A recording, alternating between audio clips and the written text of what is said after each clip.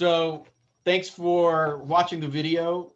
This portion of the anti-ions video, I guess, documentary series talking about my history with ions and why I put this website together and what I hope to resolve. So please take a moment and if you're watching, if you came directly to this video and aren't really aware of everything, please visit the website anti-ions.info and review all the information there. There's multiple petitions as well as a website with multiple pages with a couple of petitions with lots of information. So in order to get a comprehensive understanding of what we're discussing, it's really going to take an overarching view of all the data before coming to a conclusion. But at the end of that conclusion, I would like to hope you would say that there's at least enough information here to warrant further investigation and to sign the petitions that you feel are signable. Joining me is a moderator who is familiar with all the facts of this situation. And say hello, moderator. Hello, moderator. Moderator says hello.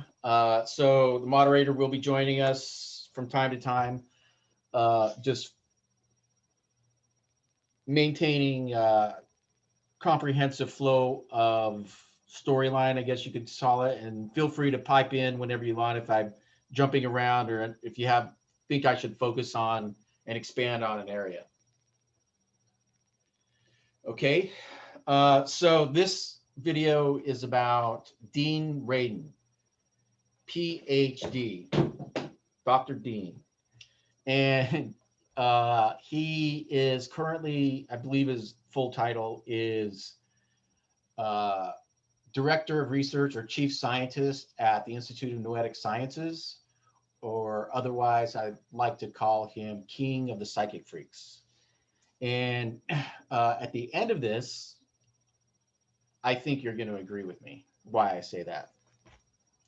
So the story goes, I guess it just goes back to 2011, 12, when I first got introduced to this industry. His name was one of the first ones that pops up, all the references, a lot of the data. The first book I bought around this was Entangled Minds. And that really changed my life, really, because it gave me the conclusive data I need to, it really validated my initial observations about the Global Consciousness Project. And I saw the instant opportunity there, or I guess the opportunity that I saw was to be included into something that I thought was exciting. I used to work in the semiconductor industry after the military. I went to work for Micron Technology. And part of my job was to explain and to teach our team members what the company did overall in the manufacturing of semiconductors. And I left that to go into the arts, which led me to consciousness studies. And with my military background, the area of consciousness studies was oddly very familiar, at least in context and data stratifications and kind of what you look like, as the stuff I encountered in the military and in the combination of the military and the semiconductor industry that was all packaged in. So I was really familiar with it. And I thought, wow, this is something where I could really jump in.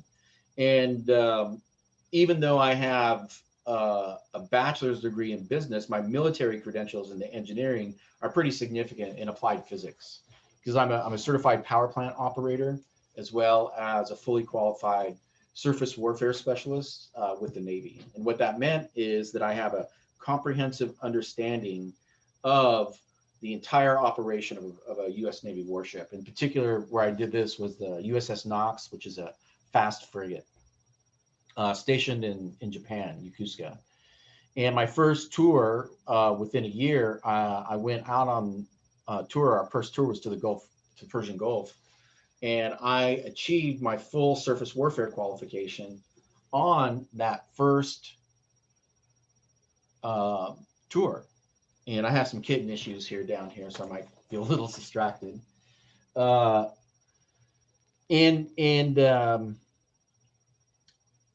one of the big challenges about people getting out of the military and converting to the civilian world is being able to convert what kind of experience you have. How does your military experience convert to this? And so I looked at what I did in my first 18 months of the U.S. Navy, and that was uh, I was the youngest, one of the, if not probably the youngest honor graduate to come out of my engineering school. And I was chosen as the honor graduate among many other sailors. Many of them were nuclear engineers. Many of them were wanted to go into an officer program, but there wasn't a billet open, so they were going in the enlisted route as a nuclear engineer first. And so the people I was competing with, a good portion of the class already had bachelor's degrees, and they were on the officer track. And I came in poor student and poor on both counts, but I mean, I was not in any way academically driven or challenged in high school.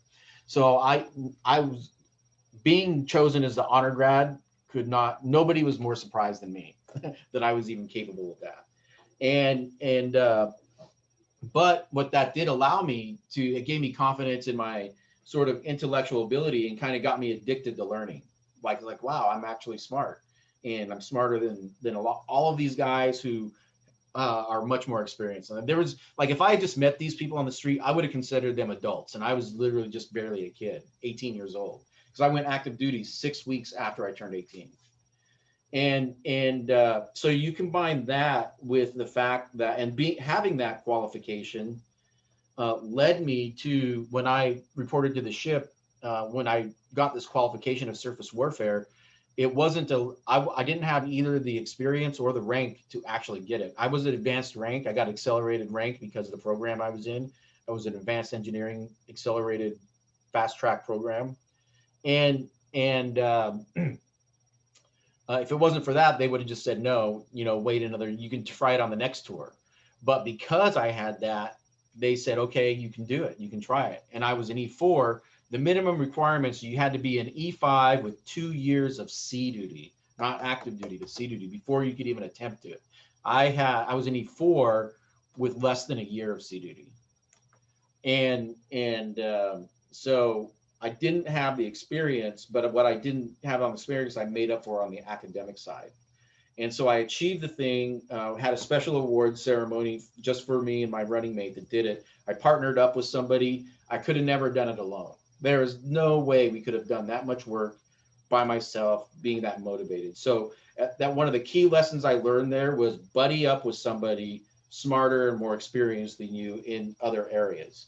So like one of the things I started looking for right when I came into this industry was somebody to buddy up with like that, because I knew that's one of the fastest way to success. And if you look at a lot of big companies, a lot of this idea that there's this lone person out there that's leading this company is ridiculous. It's always a teamwork, and there's usually two people right at the top working like a machine.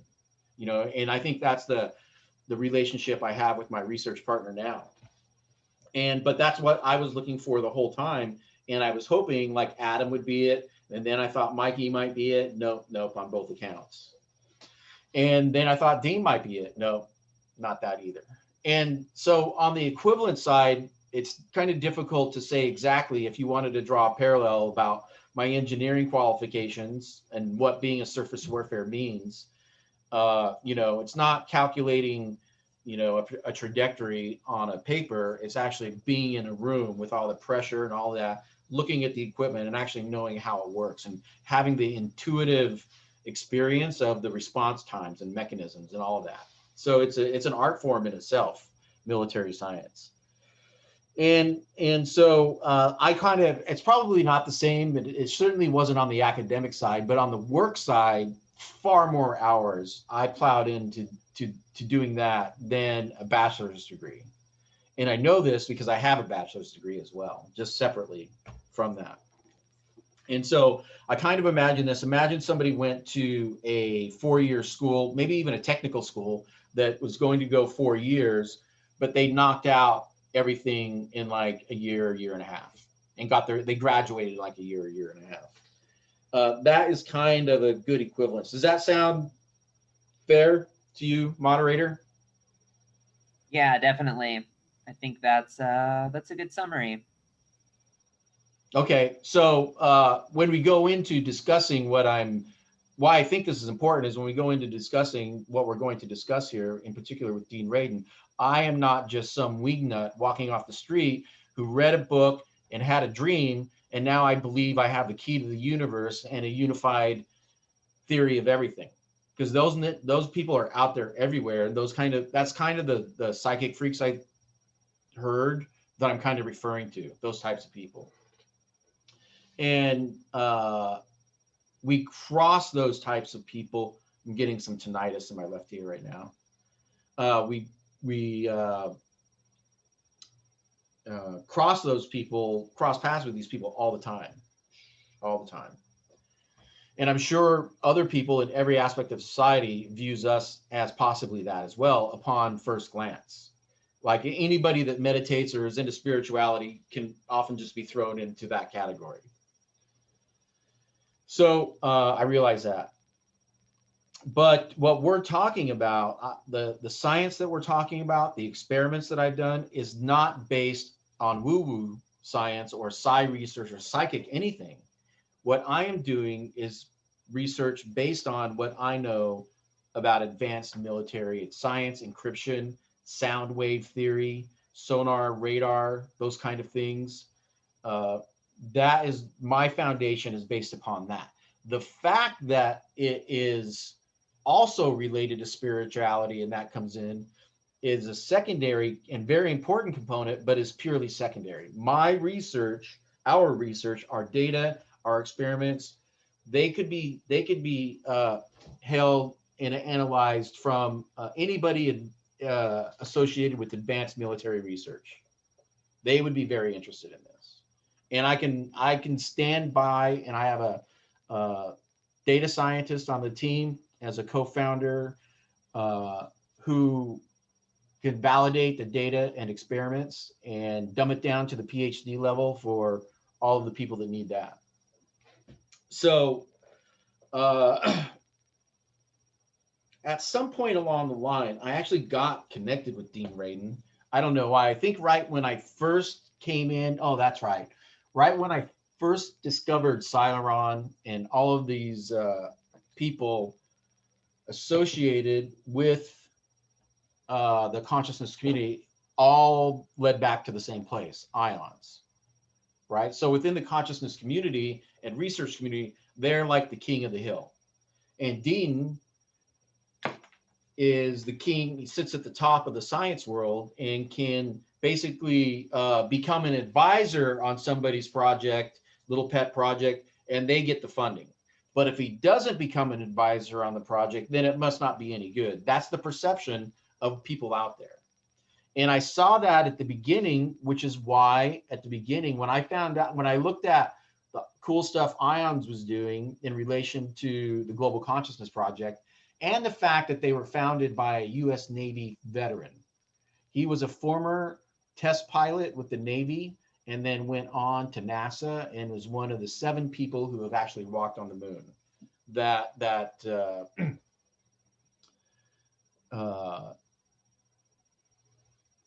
He went on. His name is Edgar Binchel. Died a few years ago. I never had the opportunity to meet him, but I think that if he were around, he would want me to do what I'm doing, because the people who are operating this organization, IONS, are not what they appear to be. Unfortunately, they are Sorry, not practicing the scientific.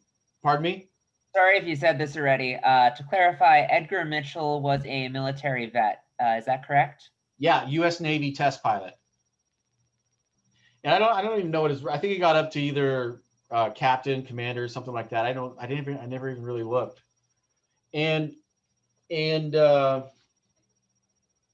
a great deal of respect for it, for his research, what he achieved. He was a stand-up guy, and I feel the people there are operating that organization in a dishonorable way that he would be appalled by, particularly the fact that I'm a Navy veteran and that they, claim to be supportive of the veterans community, but continuously do the things that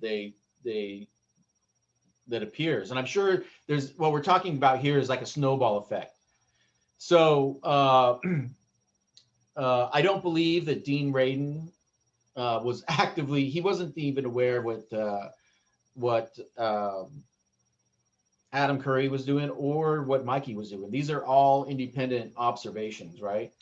So I don't think this is all just an independent of my experience with him, and the fact that this leads back to the defunding of them, because what he's acting like is a greedy, profit-driven, money-hungry person who basically wants all the kibble in his bowl, and then whoever he deems he can control or whatever, he'll throw some kibble their way. And I think that if you're operating a for-profit industry, that's fine. That's thing. But they claim to be a research institution, an education institution, and a scientific research institution. That's how they maintain their nonprofit status.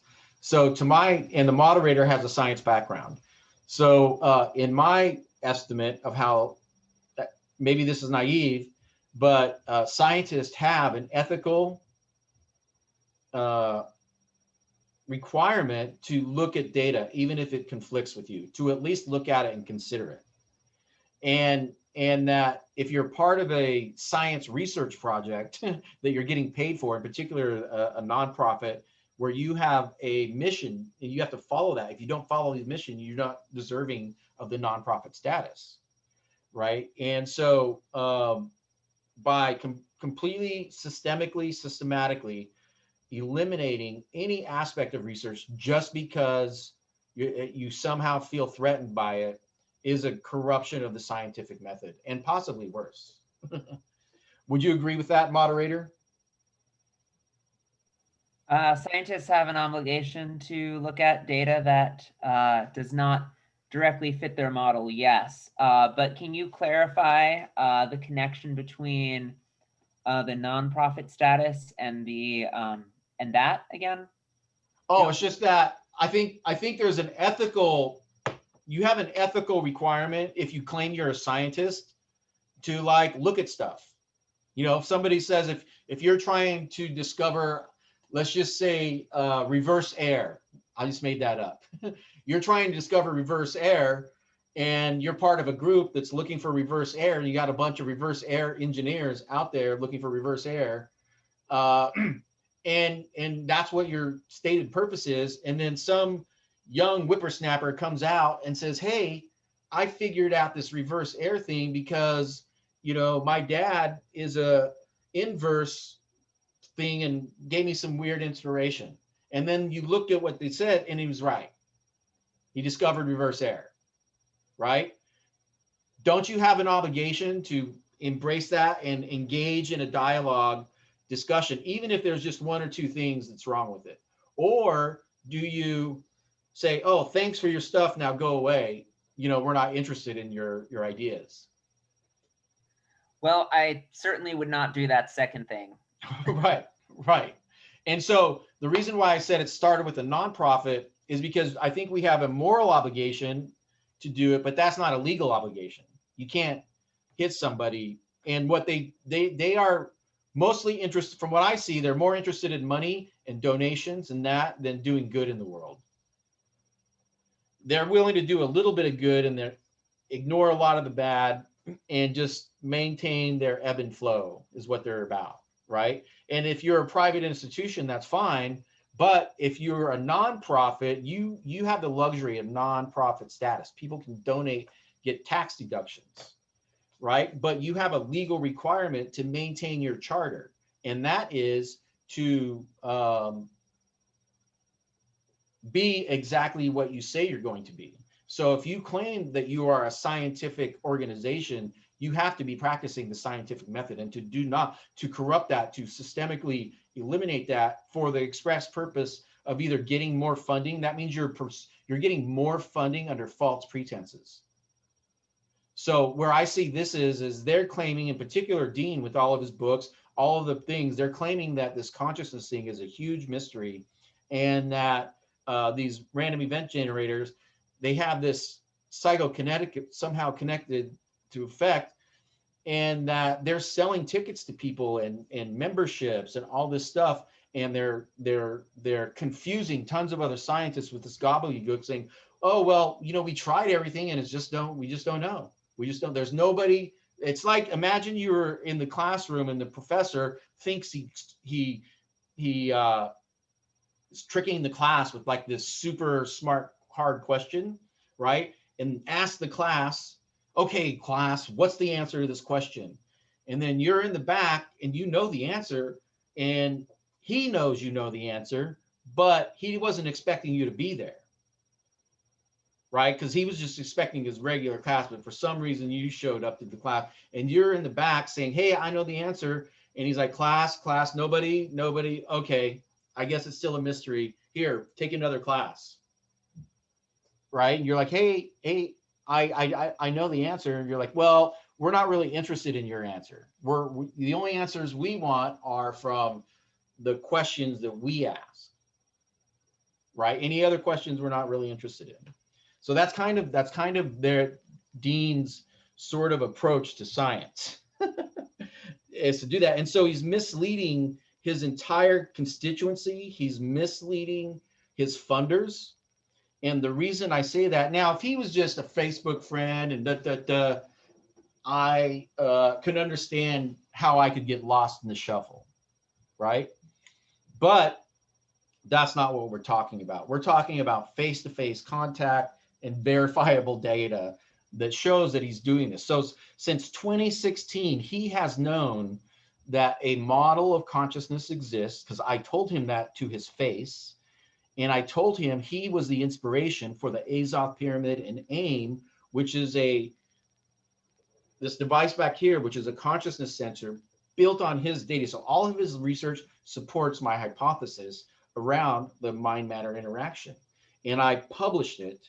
It was peer-reviewed and published in the SAND program book. It's a nice little book. I got a copy right here somewhere. Let's see here. And you were not in that, you weren't at that one, right, moderator? You were at the one year before. Moderator was not at SAND 2016. No. Page 61. Page 61, my abstract, the SAND thing. And I'm not going to read the whole thing right now. I'll scan it and probably put it on there.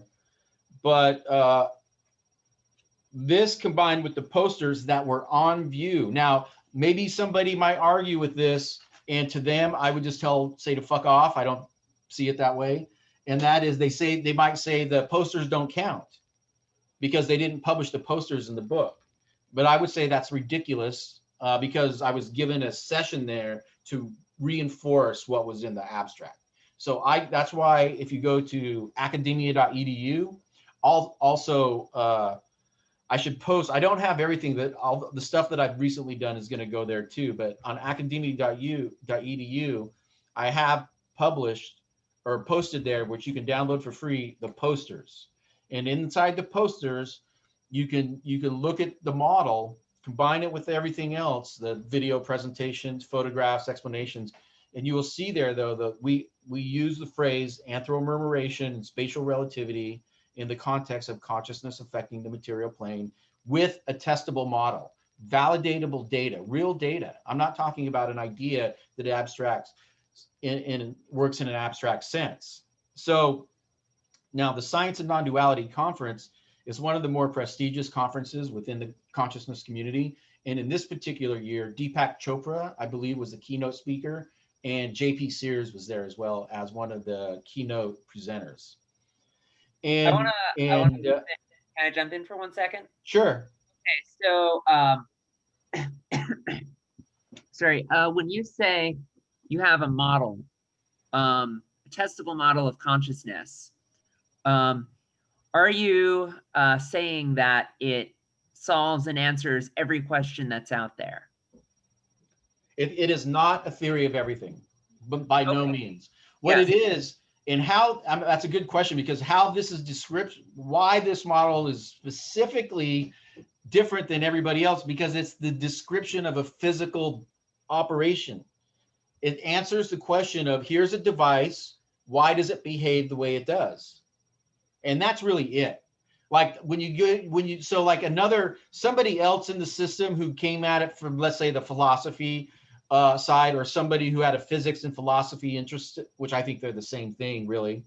uh, Physics is still the philosophy of reality based up, with tests and data.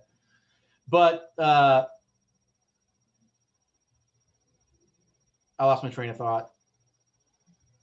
I was Well, looking at the reason I was asking that is, because oh, the model. Yeah, yeah. So it's not, it's specifically designed to this system, not a way to explain everything. And so I don't go into I don't approach it from, like, let's say, oh, this is a panpsychism approach to this, and I have a philosophical model that I believe in, and I've done some tests that support that.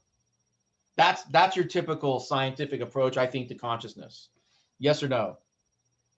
yes, and this differs from that. And I wanted to make that point because a lot of times when people say, I have a model, what they really mean is theory of everything. And then it makes sense why sometimes they get blown off, because it's Yeah, like, and what they okay, mean is they have an idea. everybody has a theory of everything, but this is Right. not a theory of everything. So I just wanted to make that clear to the people watching. But I know one thing for sure about the theory of everything: that it can't exist without consciousness being a part of it. You can't have a model of the universe and exclude the most powerful force in the universe, which is the Earth life. The combined life force of Earth is the strong. It's the only life force in the known observable universe. So comparatively speaking, it's pretty powerful.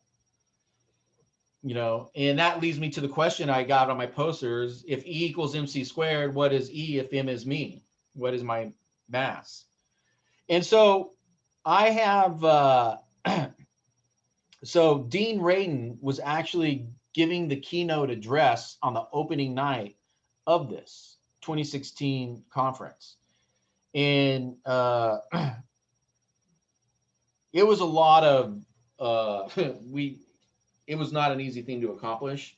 I had never actually built a pyramid before. It was a lot of fun. I had some help, and we had a little warehouse in Oakland near American Steel. Put together this pyramid, went, set everything up, had the aim there in its full. I'd never had it in a group of people before. I just put it together. It was really beautiful. Uh, and I was pretty proud of it. It was like showing up to a science fair, and the one of the judges was like somebody you had admired for a really long time and was really looking forward to meeting them and had a great deal of respect for them, and you were looking forward to having a scientific discussion with your science project at an event where he is there to specifically address discussions, topics of consciousness, and in a venue that is specifically designed to advance forward progress for everybody involved. Would you say that that's a good description of the SAN conference, moderator?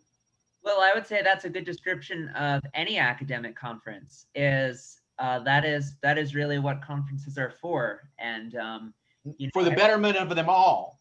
Is it is there an unstated or an under a not so observable maybe subculture of like cutthroat competition that just everybody knows about? Everybody knows it's that way. They just don't. It's just not on the surface, because it doesn't well, seem like that to me. yeah, I mean, it's not supposed to be. It's certainly. I would say that academic culture in general contains that at every level, that I've seen. Some level of cutthroatness. Yeah, but it's really, it's not supposed to, and that certainly isn't advertised. You know, when you're going into a PhD program, when you're going to conferences, nobody tells you Watch your that. back. Right, right, right. What they do say is, oh, you're going to get tough questions, but that's it. Right. Um, And, I mean, obviously, you like somebody that's doing the keynote, and I say this, it's because he's a leader. So you know what leaders should do? Leaders should set an example. Leaders should set a good example. And a good example of leadership by a scientist would be not ignoring obviously important research that specifically has to do with your field. And at a conference, again, that this was I paid to be, no, wait a minute. The installation of the artwork was an invitation. So our installation, we did not pay for that at all. But what we followed the exact same procedures everybody else did to to to do the abstract. So those were accepted into two separate things. I would, if one of them was not accepted, I would have still been there with just the other. But they were both accepted. So that's an accomplishment. Wouldn't you say so, moderator? Don't you think that if you're at a conference and you had two separate submissions, both accepted, and one is for a full weekend, not a session for 2 hours where people get to pop in, but the entire weekend, the only installation out of space. Don't you think that is an academic accomplishment? Absolutely. What was that? Absolutely, that is an accomplishment. Absolutely. I've never, So and I'll just add, I've been to multiple conferences. I've never done an installation. Not that I've applied for that, but yeah, it's like I haven't done that. So, and I have a PhD. So absolutely, you've done that with your level of expertise. That is absolutely an accomplishment. yeah, and it wasn't my first either. As far as doing presentations, because like every installation we do presentations, but this was the first one for me that it was an academic achievement because I had to write up an abstract. The abstract, by the way, is exactly, I don't think they even noticed this, but it had a cipher. It was a rhyming poem, and then there was a cipher in it. And I don't think they saw that. And it was also had a 300 word limit. No, 500. I think it was 500, and then the bio was 300. But whatever the word limit was, I hit it exactly. Right. So there was these things. So for me, it was kind of like a piece of art that was done, almost like it was a poem. Anyway, I was pretty proud of all this stuff, and a conference is sort of a place to display and show off and have fun. Show off the best you can, what you got, and network and meet people, and hopefully everybody grows together. That's that whole like we are one thing. And so my expectations were fairly high in the sense that I thought, well, even if these lower ranking people like Adam and Mikey are kind of douchey and complete assholes and play trickery, I thought Dean's probably not like that. I imagined he was going to be a forthright individual and somebody that you could talk to about science, about this stuff. I didn't want to talk to him about anything I didn't know about. It was specifically this. And so I walked up. So he gives his talk. I saw his talk. It was a good talk, pretty much the same. And one of the things here is that he is always complaining and whining that mainstream scientists will not take him serious. And he writes in his books, and he's always, but it's gaining popularity. Other people are beginning to look at it, and every book is like a progress. But in every book, he also was very clear that there's no model of consciousness. He is unaware of one. That all of his research just say there's just it's magic. One of his books is magic. Magic is real.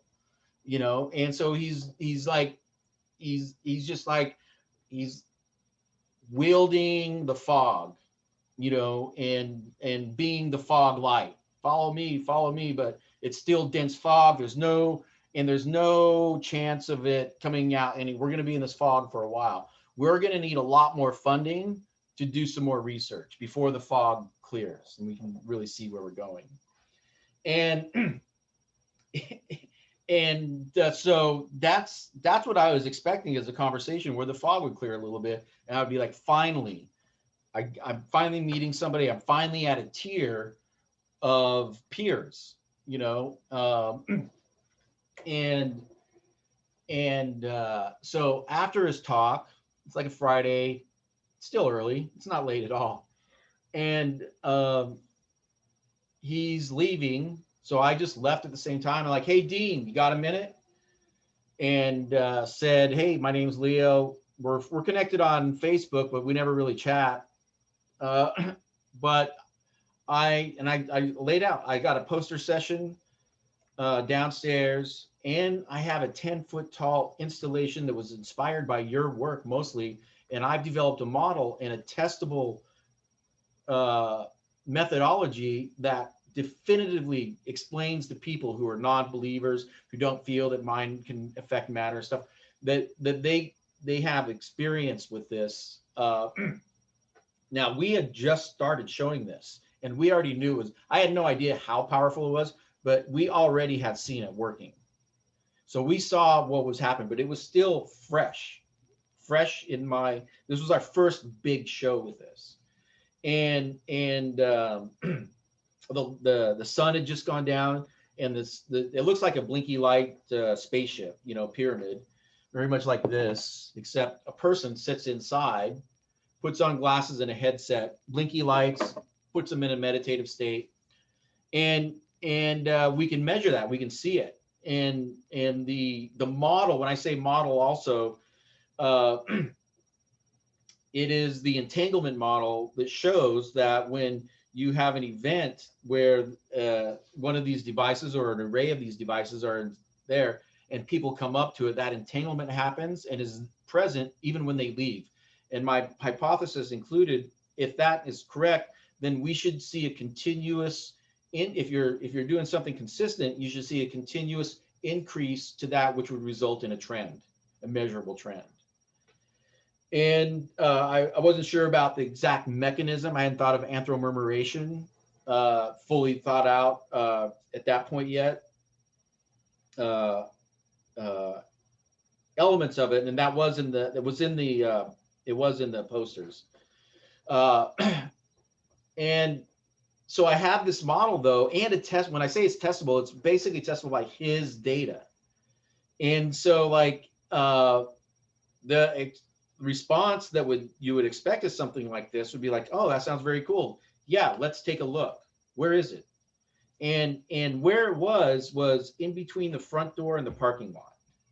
So absolutely every single person that was in that place had to leave, and anybody that had to go home was going to walk through the parking lot, or they were staying there and they would see it anyway because it was literally right outside the front door. You could not miss it. It was a big 10-foot tall spaceship looking pyramid. And ironically, it had the answer to the questions that half that conference was just dying to know. Everybody at that conference would have loved to have heard the anthomurmuration model because it makes sense, right? And I could show it, and I believe I could sketch something out pretty easily that if you have somebody that's a scientific that wants to combat, they're going to shoot down everything. So it doesn't matter what you say. But if you get a reasonably open-minded person and we have a discussion, they're going to get to the end of that anthomurmuration model and go like, yeah, that makes sense. You have data that supports it. I can't think of a better idea.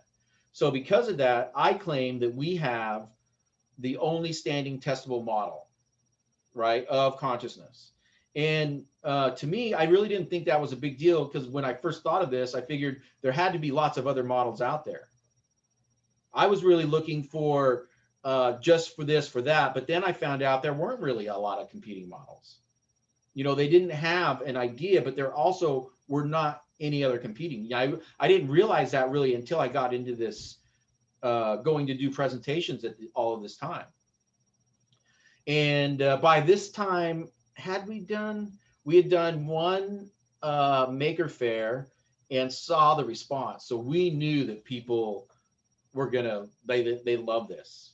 You know, I was getting recruited by somebody who had become my research partner and has unfortunately recently died, but she had her offices at NASA Ames Research Park, and her company was specifically researching quantum energy research medicine stuff.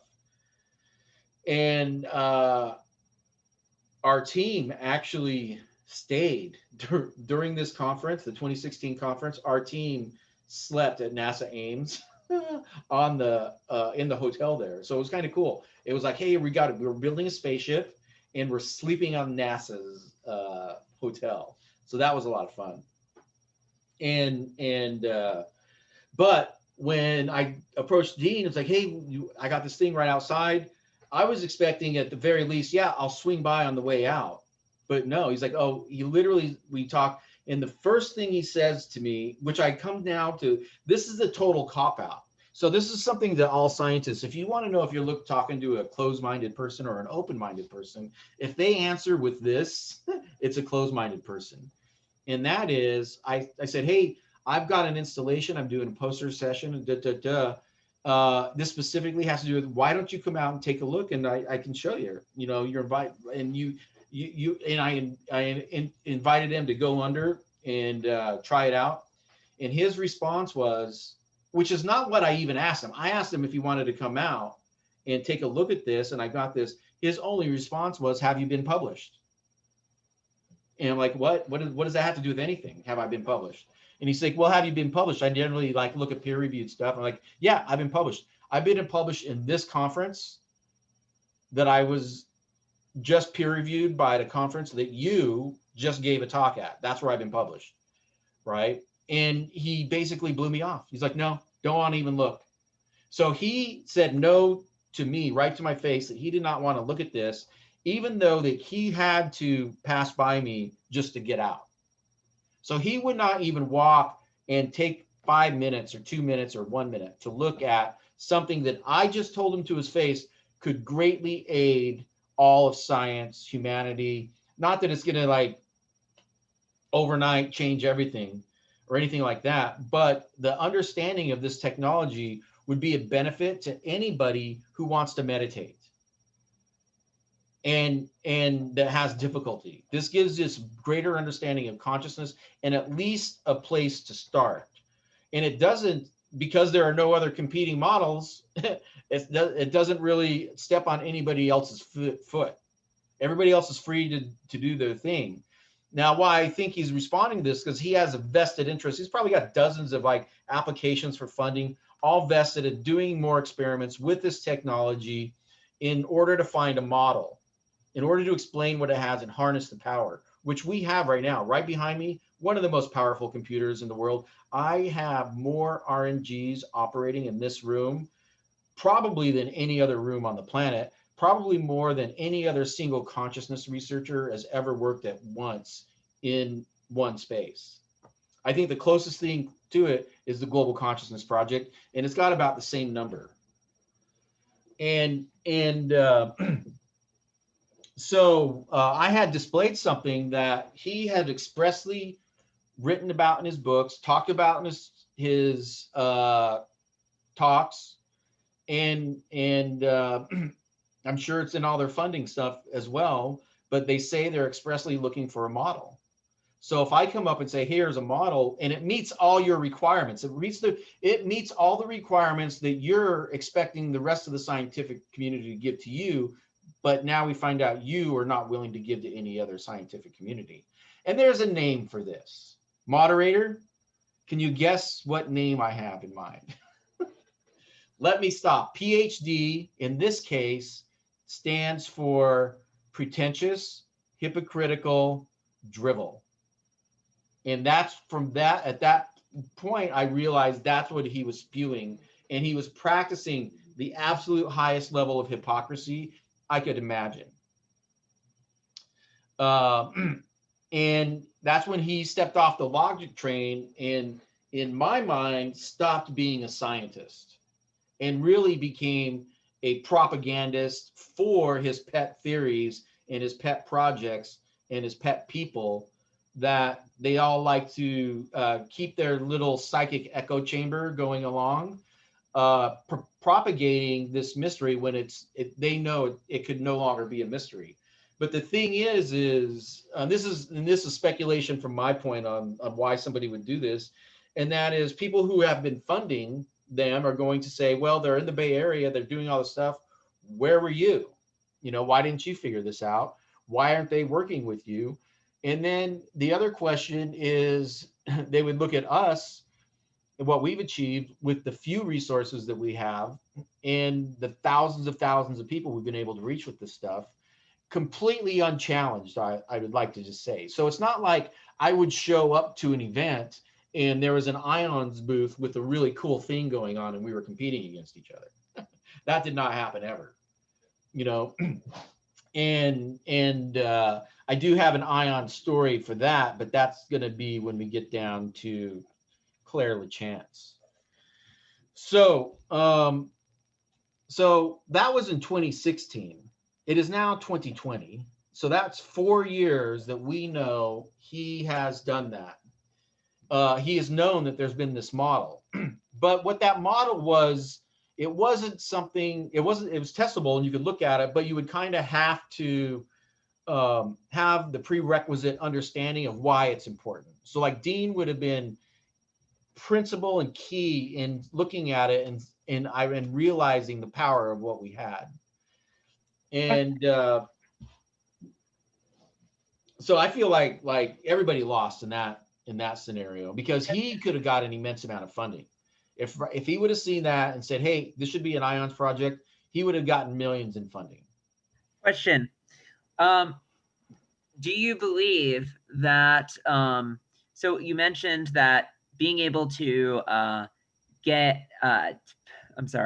an understanding of the technology. I'm listening. I'm going to step off for a second. I got to move over here, but continue. Okay. Yes. Go. Understanding of the technology.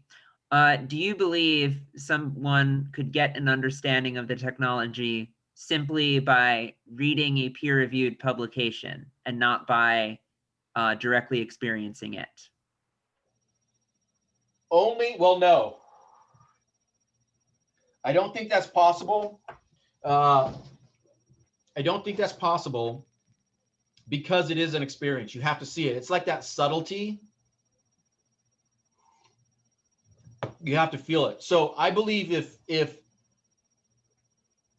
somebody were to have the prerequisite knowledge, like for example, Dean had the prerequisite knowledge and had the state of mind and disposition, I could explain it in 15 minutes. For somebody that was a non-scientist, right, it would take probably 2 hours. But it more has to do, let's say somebody said, hey, I've tried meditating, I've always had difficult, what you're doing is interesting. It looks like something I'd be interested in because I want to meditate. Hit me, give me all the data. It would take me about 2 hours to go through the history, give them the fundamental understanding of what quantum physics in this particular area applies. In the research I've done, I could present the data, and a reasonable person would come out and say, I can't find anything wrong with that. I believe that is the case. I think people with advanced knowledge of this stuff would get it pretty quick. I think most scientists, though, are going to approach it with the cop-out attitude of, oh, I'm just going to be the devil's advocate and ask you every stupid question I can think of until I get tired and walk away. Because that's oftentimes people aren't seeking to understand. They just want to argue. And so I've done these installations. I've now done 3 maker fairs, the big ones with like 100,000 people at them, 2 Burning Man pre-compressions, 2 World's Fair Nano, where at both events we were the second biggest, most popular installation there. Thousands. So you've combined all those, you're looking at 1, 2, 3, over 300,000 people have seen this at least, and a couple thousand people have experienced it. But I say we have an effect. Even the people who didn't take the time to go through it still could come in and look at the posters and see it and want more money, want more information. And when we go out there and do it, even though we could have other people were charging for their stuff, we did not charge because I felt that what we were offering, it was an offering to walk into a new version of reality that's closer to our own experience, and having charging that, even if it was $1, they would have an expectation, and expectations are often. So I think what we did by keeping it free, we blew away their expectations, and I think we're rewarded by literally. I mean, I was amazed that people would stand in line for 2 to 3 hours for 10 minutes, and they would get up at the front sometimes, and they'd be like, "Hey, what is this?" Like, what do you mean, what is this? You just stood in line for like how long? They're like, an hour and a half. And I'm like, and so they're like, we heard you talking, but we don't really get it. And so for me, this was one of the more, this is why I really enjoyed it. And that was giving those presentations on what it was. And we had something that was written up. This explains it, but that does not substitute for the presentation and the actual experience. So it's kind of like if somebody were to say, why don't you just send me a paper? I would be like, imagine trying to buy a painting. You wanted to buy a painting, and I just sent you a picture of it and a written description of it. You might buy it for investment reasons, you might like it, but if you've never seen it before, you're not going to have that emotional attachment to it. You're not going to fully understand the painting until you actually see it.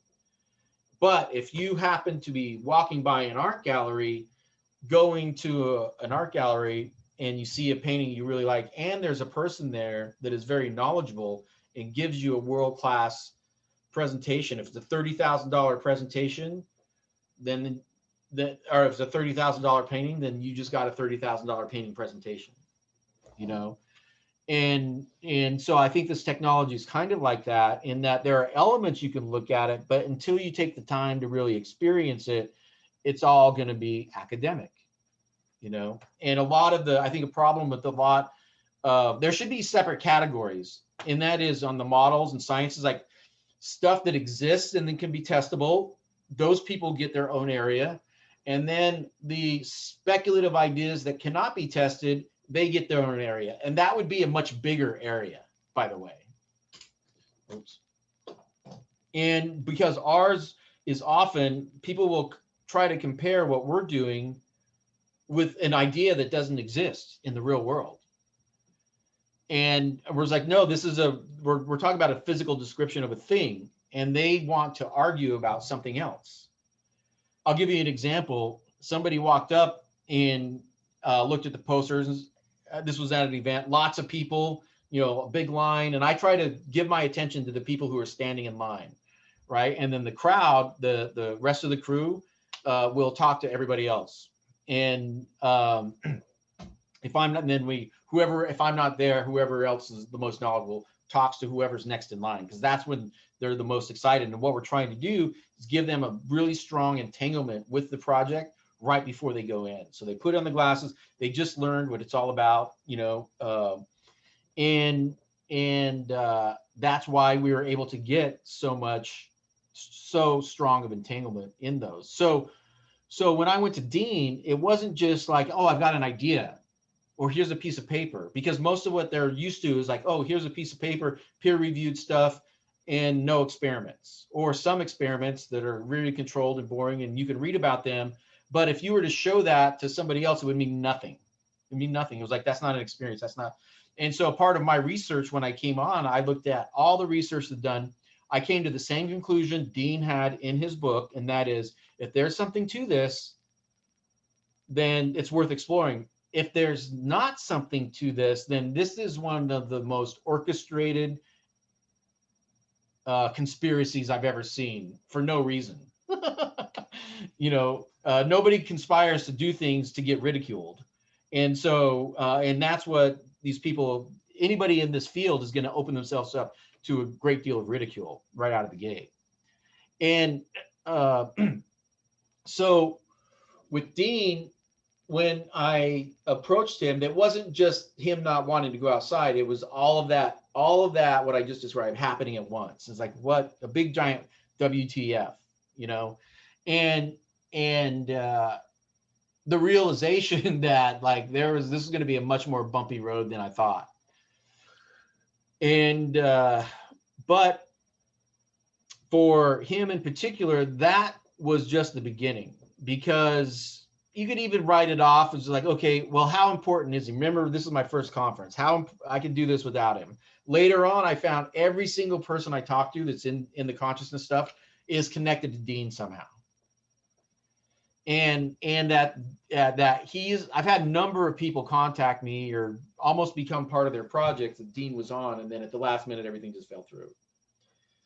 And so after that, I'll just skip forward to, and stop me if you feel free to jump in. I know you're kind of familiar with this. What was in between here? There's not a lot of stuff with this, with Dean in particular, not crossing paths with him again. The most recent thing was at the Science of Consciousness conference in Tucson, Arizona, where my research partner and I were both accepted. The difference in this time was obviously there's a pandemic. So when we originally applied, the conference was supposed to happen in April. And we were basically going to go with the same, not the same, but the Azov Pyramid, AIM, and an experiment we did in Mexico at a music festival that was very promising.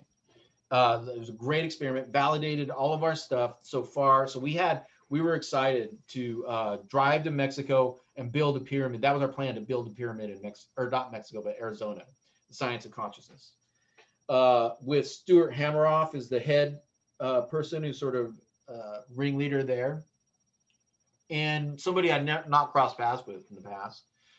And so I thought we'd get some objective treatment, and this could be our shot at the big time for big exposure on this stuff, because this would be the venue where you would get the peer review that you would expect from scientists, and that's what the purpose of the Science of Consciousness conference is. So I accepted, my research partner accepted, we both applied, we both got accepted separately on the same project. I want to jump in for a second. Sure. So when you say peer review that we would expect to get, what you're talking about is outside of the context of publications, just in terms of other scientists walking up, giving you feedback before something gets published in a formal kind of setting. Yeah, peer review in the sense that I am a peer and I am reviewing. And I think peer review for me, it's almost like peer acknowledgement. Acknowledge that I exist, that I'm a human being, and this is my work. There's the peer review publication. That's something different, right? But in the the conference I'm talking about now, everything was online. I don't know if they would have had a preview thing, but my did that answer your question? Yes, you're talking about peer acknowledgement. Peer acknowledgement. I'm not, yeah. And you could say review in the sense that I submitted an abstract. The terms of the abstract, the understanded terms is the abstract would be admitted on a peer review basis, right? I didn't submit a fee under the condition that regardless of what I wrote, I was going to be accepted. It's not like a art show where you can just rent a booth and show up with whatever you want. That's a non-curated show, right? Then you have the curated show where you're going to get a space, but you got to clear whatever you want to show with the curator. Curator is going to choose it, right? So those are two very different shows. And this is supposed to be a curated show because the abstracts were reviewed for content, supposedly under a peer review process, published on their website, and mine was very clear what I was going to show up with, but what I was working on and stuff. Not that everybody's was clear, but I mean, like, I actually showed up with what we had with proof. But what had happened was this pandemic, and so from the pandemic to the conference, we invented and created AIM, or not AIM. AIM existed, the Hypercube Algorithmic Language Oracle, what we believe to be the world's first hybrid quantum computer. Now, because that happened and the world's in a state of panic, there's really no time for peer review. That would have never, I mean, when a peer review publication submitting something, plus there is absolutely no rule anywhere, anything, it's not in our Constitution, I'm sure about that. And that is ideas can't exist as real or be recognized as real until some publication publishes it somewhere. That is ridiculous. You know, there's a, I'm a field researcher anyway. That's really my forte, is working in things that actually work, not hypothetical situations that need fancy math to justify.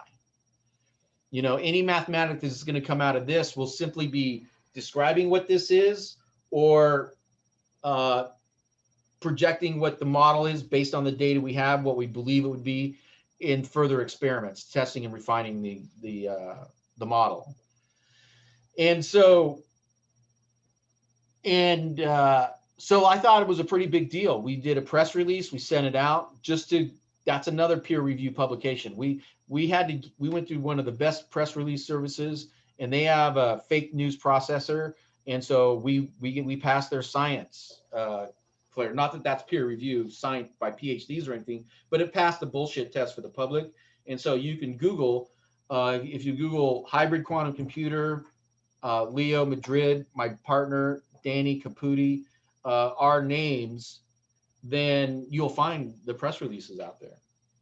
And so this should have been a pretty big deal, because not only did we have a relative model, but we had actually taken it to the furthest extent and connected that model to a functioning form of artificial intelligence that was connected to a language oracle that speaks now. It didn't speak at the moment or back then, but we figured it out since then, and have a lot more. There's a lot more to it, right?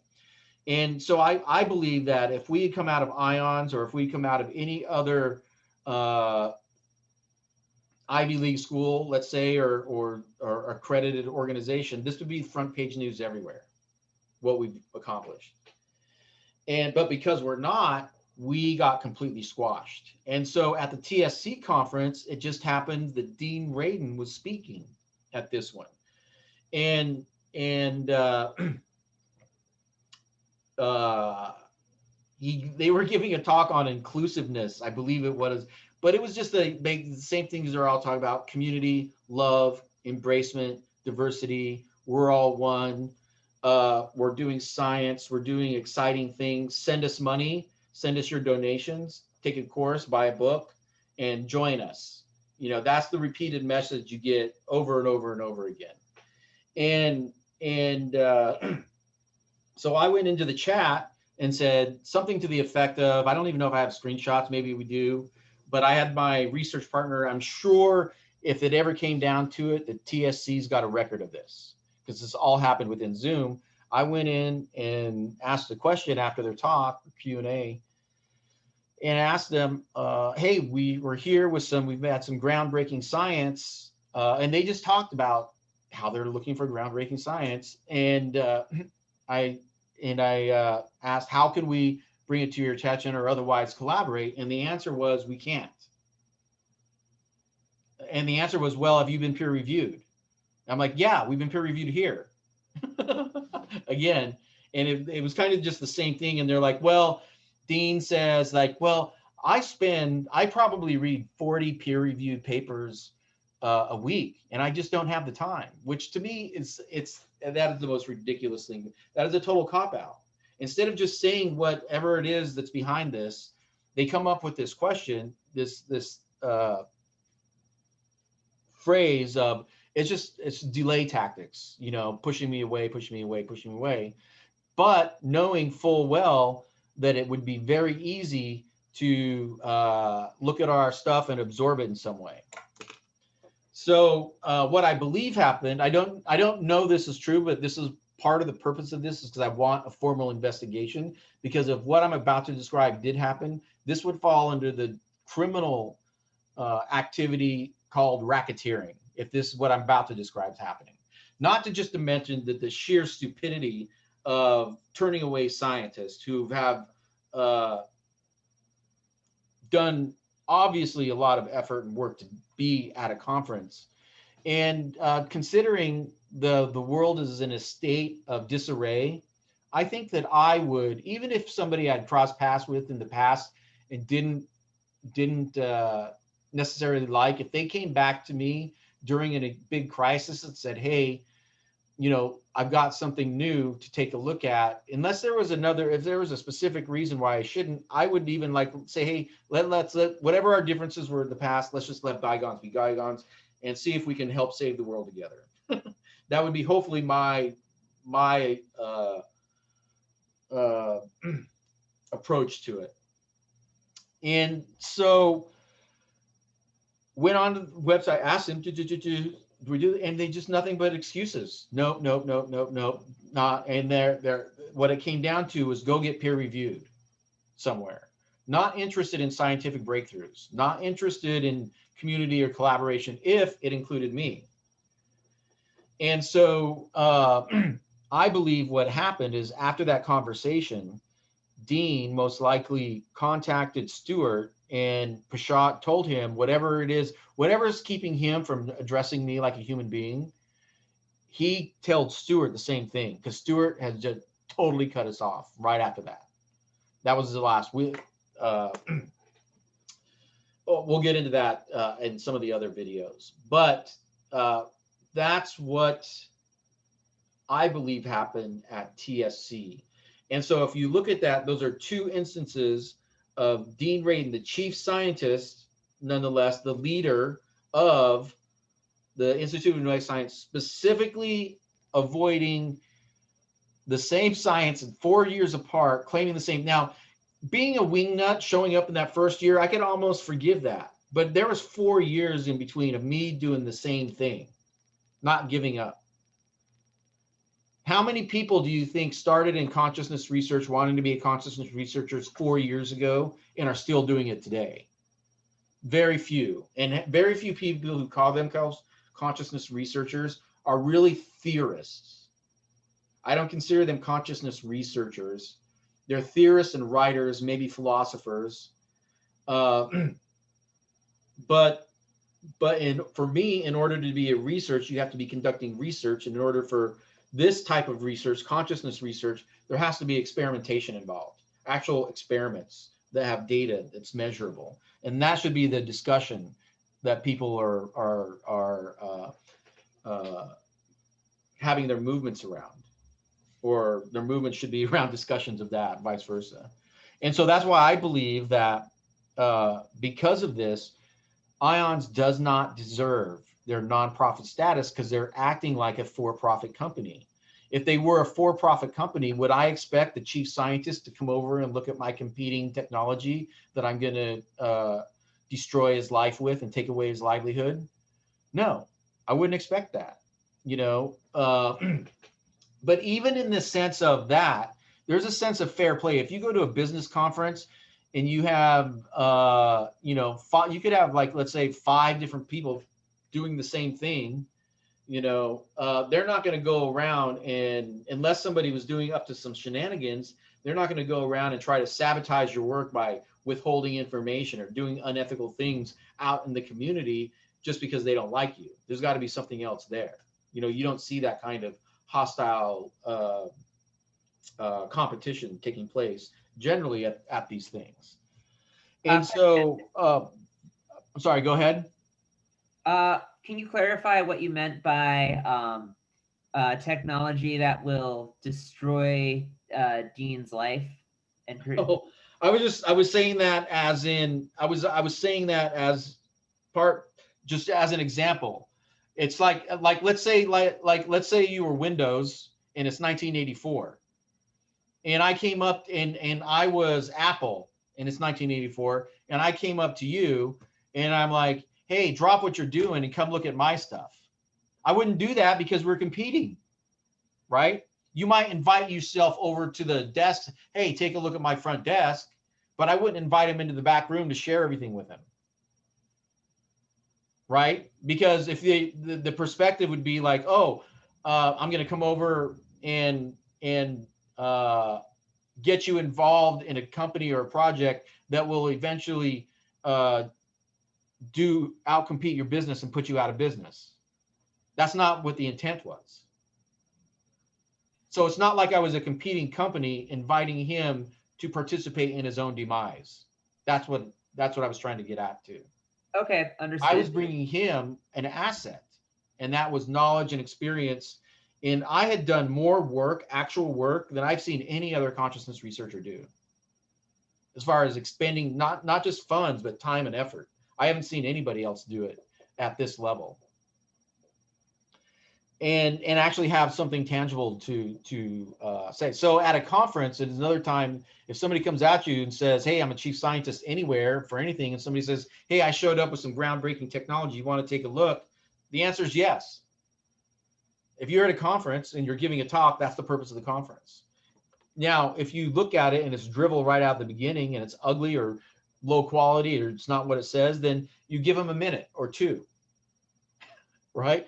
But to just completely disregard it is a corruption of not only the scientific method and ethics. I just think it's general decor and humanity, because I would rather know the truth. I feel horrible that I had to go to this extent, putting this website just to find out WTF is going on.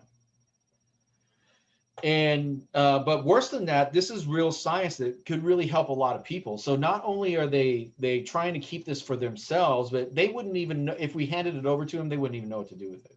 We could help millions of people over the next couple of years create a greater sense of peace of mind. What do you think, moderator? Do you think people would really appreciate being able to get some peace and quiet?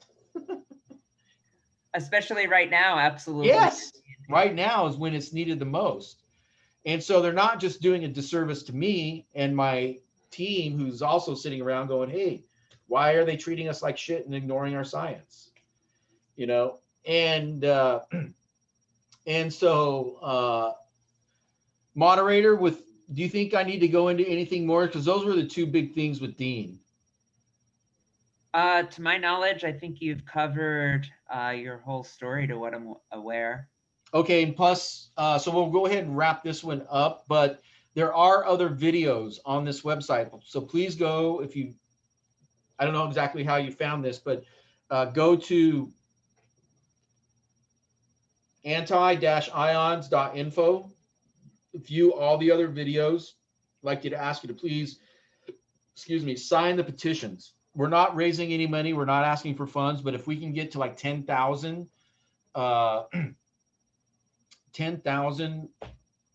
signatures, I'll start a GoFundMe campaign to specifically combat human trafficking. And this is all tied into, now, what I'm about to say, I don't think Dean had anything specifically to do this. Now, what I think, if I was to guess what's behind this, is after Adam Curry's failed attempt to frame me for kidnapping and rape, which you can go into the human trafficking section and see the information about that. After that, or it happened when he got arrested.